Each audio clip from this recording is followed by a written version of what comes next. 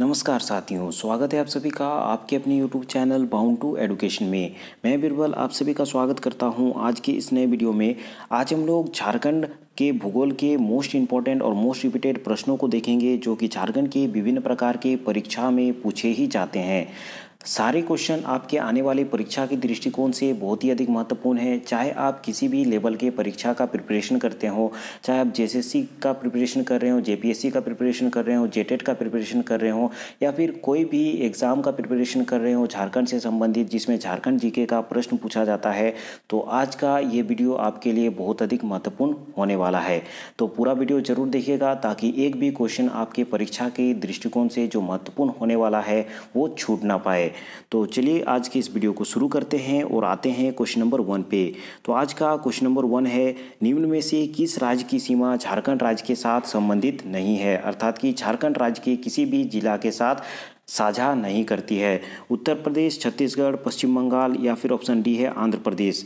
तो याद रखेंगे, आंध्र प्रदेश राज्य का कोई भी झारखंड के जिले के साथ अपना सीमा साझा नहीं करती है, तो इसका करेक्ट आंसर हो जाएगा ऑप्शन डी आंध्र प्रदेश। इसके साथ ही आप याद रखेंगे, झारखंड के उत्तर में बिहार है, उसके दक्षिण में याद रखेंगे उड़ीसा है, पूर्व में पश्चिम बंगाल है तथा पश्चिम में दो राज्य का नाम याद रखेंगे, उत्तर प्रदेश व छत्तीसगढ़ है। आप इस क्वेश्चन के साथ साथ उन जानकारियों को भी याद रखेंगे ताकि आपके आने वाली परीक्षा में किसी भी प्रकार का क्वेश्चन बने वो छूट ना पाए। तो चलिए क्वेश्चन नंबर 2 पे आते हैं। क्वेश्चन नंबर 2 है, निम्न में से किस राज्य के साथ झारखंड राज्य के सर्वाधिक जिले की सीमाएं लगती है। ऑप्शन से पश्चिम बंगाल, बिहार, उड़ीसा, ऑप्शन डी है ए तथा बी दोनों। तो याद रखेंगे इसका करेक्ट आंसर हो जाएगा ऑप्शन डी ए तथा बी दोनों, क्योंकि पश्चिम बंगाल और बिहार दोनों ही राज्य का झारखंड के 10-10 जिलों के साथ सीमाएं साझा करती है। तो इसका करेक्ट आंसर कंबाइन हो जाएगा, पश्चिम बंगाल और बिहार दोनों ही इसका करेक्ट आंसर हो जाएगा। साथ ही आप याद रखेंगे, बिहार से जो जिले साझा करती है अपना सीमा, वो जिला है गढ़वा, पलामू, चतरा, हजारीबाग, कोडरमा, गिरिडीह, देवघर, दुमका, गोड्डा, साहेबगंज। ये जो 10 जिले हैं वो अपना सीमा साझा करती है बिहार के साथ। उसके बाद पश्चिम बंगाल के साथ साझा करने वाली पूर्ववर्ती जिला है, जैसे कि साहेबगंज, पाकुड़, दुमका, जामताड़ा, धनबाद, बोकारो, रामगढ़, रांची, सरायकेला, खरसावा और पूर्वी सिंहभूम। ये 10 जिलों की सीमाएं पश्चिम बंगाल के साथ साझा करती है। नेक्स्ट क्वेश्चन की ओर चलते हैं। Question number 3। क्वेश्चन नंबर 3 है, झारखंड राज्य के मानचित्र पर अवस्थित है, अर्थात कि झारखंड राज्य मानचित्र के किस अवस्था में अवस्थित है। उत्तर पूर्वी गोलार्ध में, दक्षिण पूर्वी गोलार्ध में, उत्तर पश्चिमी गोलार्ध में या फिर दक्षिण पश्चिमी गोलार्ध में। तो याद रखेंगे, मानचित्र के उत्तर पूर्वी गोलार्ध में झारखंड राज्य अवस्थित है। इससे बहुत अधिक प्रश्न बनता है, तो इसका करेक्ट आंसर याद रखेंगे ऑप्शन ए उत्तर पूर्वी गोलार्ध में। याद रखेंगे, झारखंड का जो आकार है वो चतुर्भुजाकार है, ये भी याद रखेंगे। झारखंड में गर्म जलकुंड पाए जाते हैं, नदियां बरसाती है, यहाँ अनेक प्रकार के जलप्रपात पाए जाते हैं। यहाँ का जो मानसून है वो उष्णकटिबंधीय मानसून है, यहाँ की जो मृदा है वो अवशिष्ट मृदा है। इन सारी जानकारियों को भी आप याद करते चलिएगा। नेक्स्ट क्वेश्चन है क्वेश्चन नंबर 4, पाट का शाब्दिक अर्थ क्या होता है। आपके जो ऑप्शन है उनको देख लीजिए, त्रिभुजाकार जमीन, चौकोर जमीन, उबड़ खाबड़ जमीन या फिर समतल जमीन। तो याद रखेंगे, पाट का शाब्दिक अर्थ होता है समतल जमीन। अगर इस क्वेश्चन में पूछा जाता है कि पाट का जो आकार है वो किस प्रकार का होता है, तो उसका आंसर ए हो जाता है त्रिभुजाकार। पाट का याद रखेंगे शाब्दिक अर्थ होता है समतल जमीन, उसका अगर आकार पूछा जाएगा तो याद रखेंगे त्रिभुजाकार उसका आकार होता है।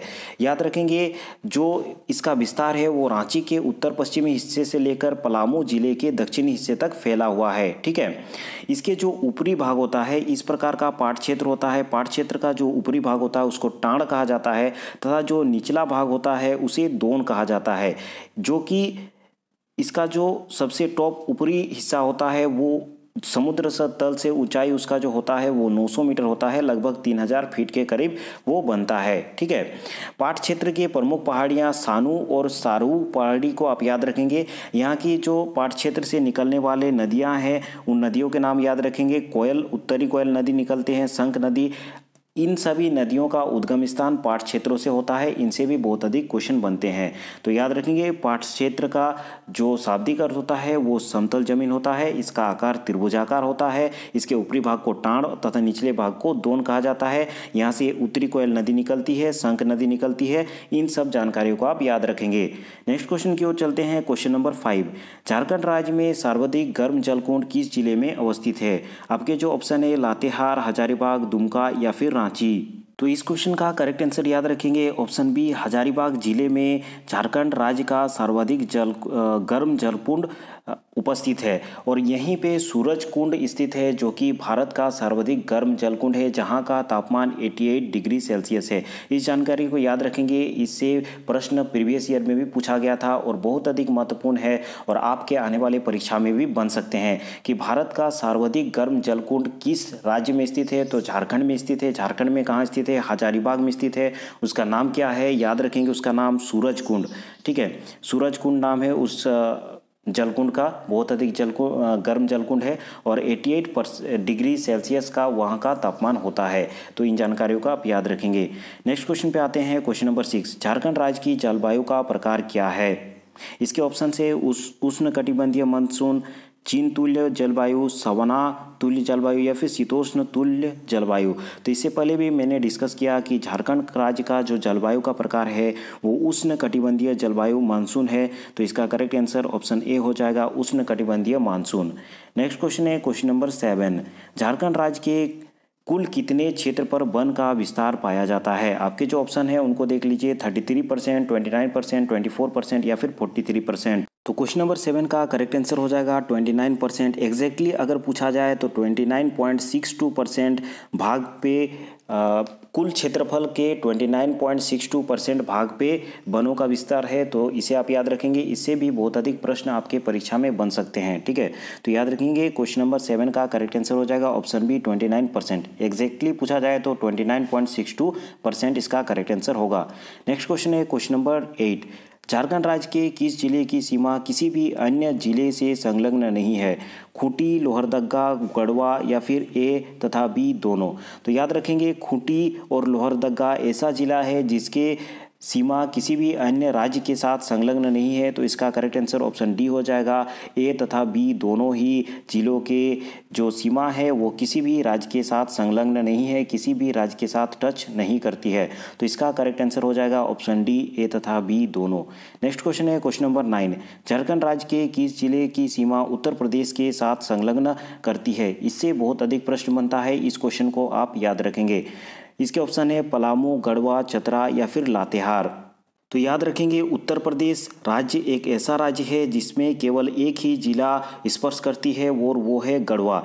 झारखंड का गढ़वा एकमात्र ऐसा जिला है जो उत्तर प्रदेश राज्य के साथ सीमा साझा करती है। इसका करेक्ट आंसर हो जाएगा ऑप्शन बी, गढ़वा। ये क्वेश्चन प्रीवियस ईयर के जेएसएससी के परीक्षा में पूछा गया प्रश्न है, तो इसको आप याद रखेंगे। नेक्स्ट क्वेश्चन है क्वेश्चन नंबर 10, झारखंड राज्य के किस जिले का क्षेत्रफल न्यूनतम है? कोडरमा, लोहरदगा, पाकुड़ या फिर रामगढ़। तो याद रखेंगे, सबसे न्यूनतम क्षेत्रफल झारखंड के रामगढ़ जिले का है। तो इसका करेक्ट आंसर हो जाएगा ऑप्शन डी। रामगढ़ जिले का जो क्षेत्रफल है वो 1341 वर्ग किलोमीटर है। और सबसे अधिक क्षेत्रफल अगर पूछा जाएगा तो याद रखेंगे, पश्चिम सिंहभूम का सबसे अधिक होता है।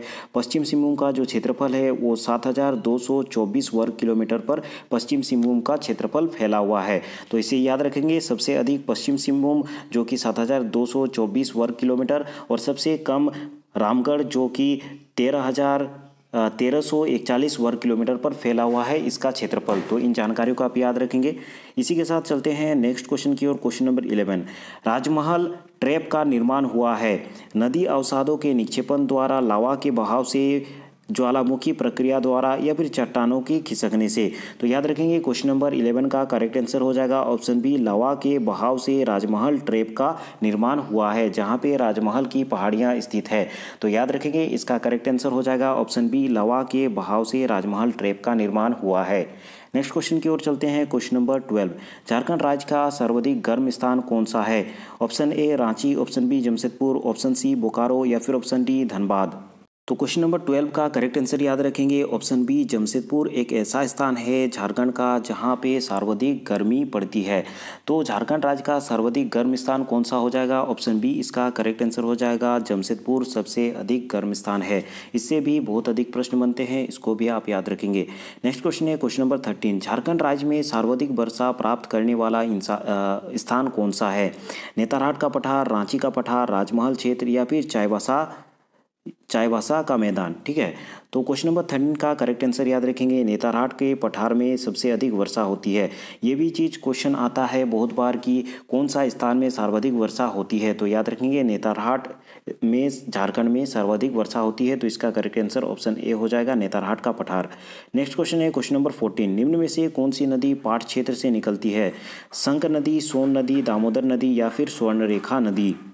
तो याद रखेंगे शंख नदी जो है ये पाट क्षेत्र से निकलती है। पाट क्षेत्र से निकलने वाली और एक नदी के बारे में बहुत अधिक पूछा जाता है, उत्तरी कोयल नदी को भी आप याद रखेंगे। उत्तरी कोयल नदी भी पाट क्षेत्र से निकलती है। तो इन दो नदी से बहुत अधिक क्वेश्चन बनता है कि पाट क्षेत्र से कौन सी नदी निकलती है।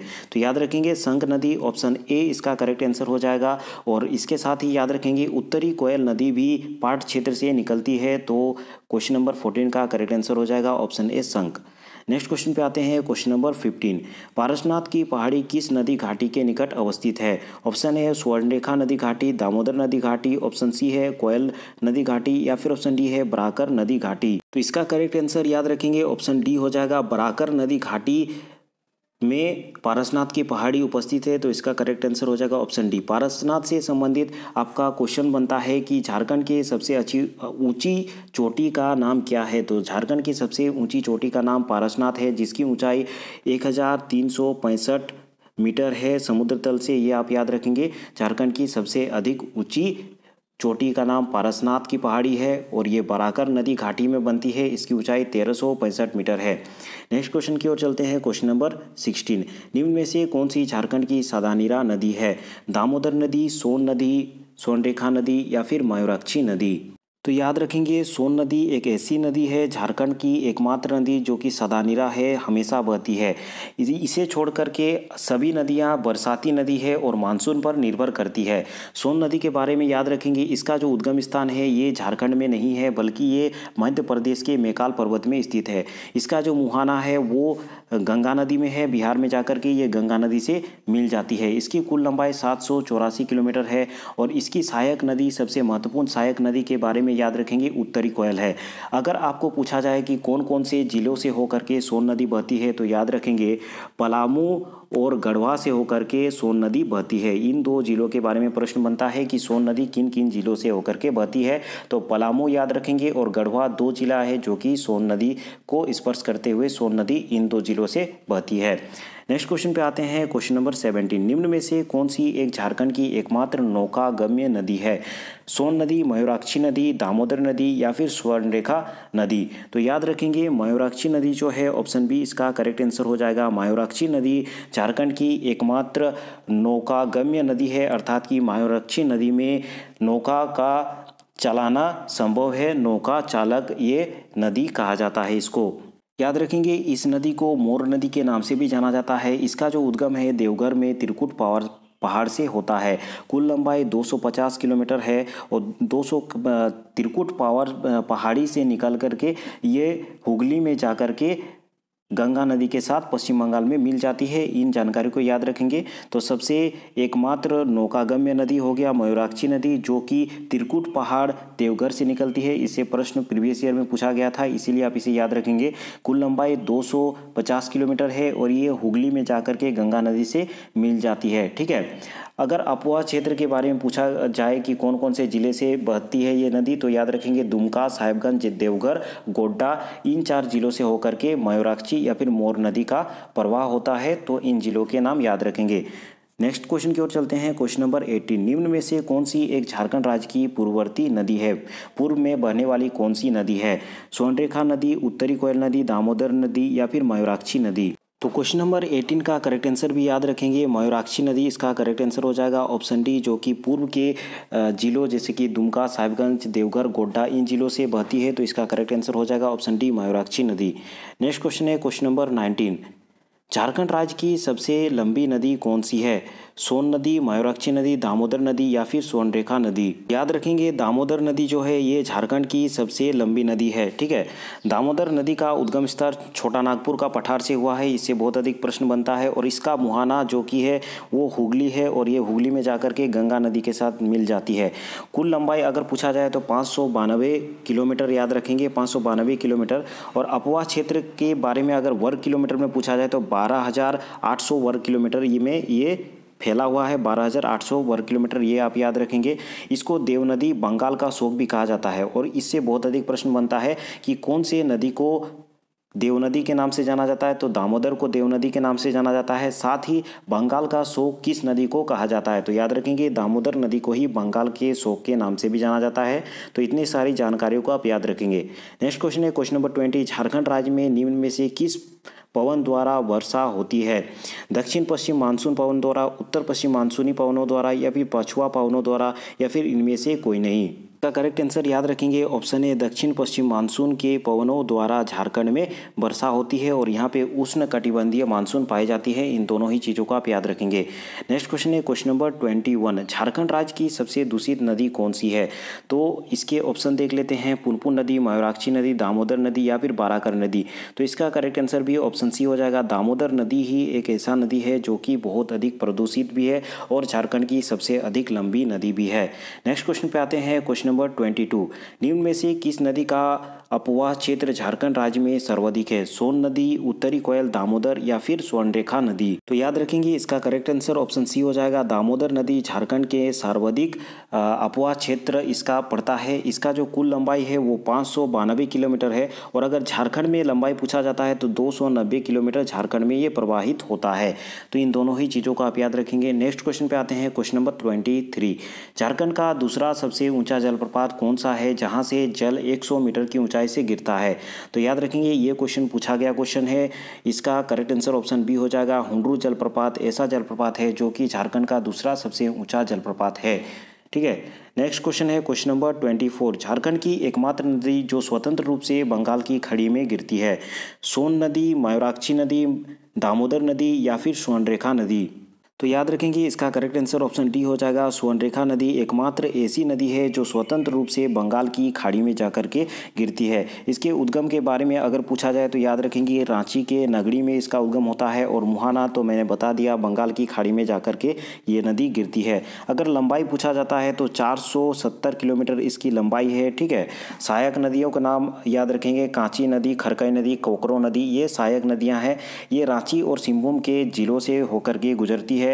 इसे सुवर्ण रेखा नदी के नाम से भी जाना जाता है। ठीक है, ऐसा कहा जाता है कि इस नदी में सोने के कण मिलते हैं जिसके कारण इसका नाम स्वर्ण रेखा नदी पड़ा है। इन जानकारी को आप याद रखेंगे, बहुत ही अधिक महत्वपूर्ण होने वाला है। नेक्स्ट क्वेश्चन है क्वेश्चन नंबर 25। झारखंड का सबसे ऊंचा जलप्रपात कौन सा है? पंचघाघ, हुंड्रू, बूढ़ाघाघ या फिर हिरनी? तो याद रखेंगे झारखंड का सबसे ऊंचा जलप्रपात बूढ़ाघाघ है। इससे बहुत अधिक प्रश्न बनते हैं। ऑप्शन सी इसका करेक्ट आंसर हो जाएगा।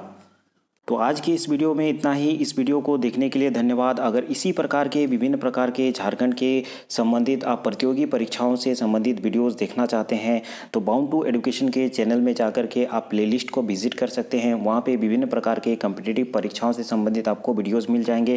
क्षेत्रीय लैंग्वेज से संबंधित वीडियो भी वहाँ पर मिल जाएंगे। अगर आपने अभी तक चैनल को सब्सक्राइब नहीं किया है तो इसे सब्सक्राइब जरूर कर दे और सामने के बेल के आइकन को भी प्रेस कर दे ताकि जो भी नया वीडियोज़ इस चैनल में अपलोड होंगे उनके नोटिफिकेशन आप तक डायरेक्टली मिल सके और आप उसे तुरंत से देख पाए।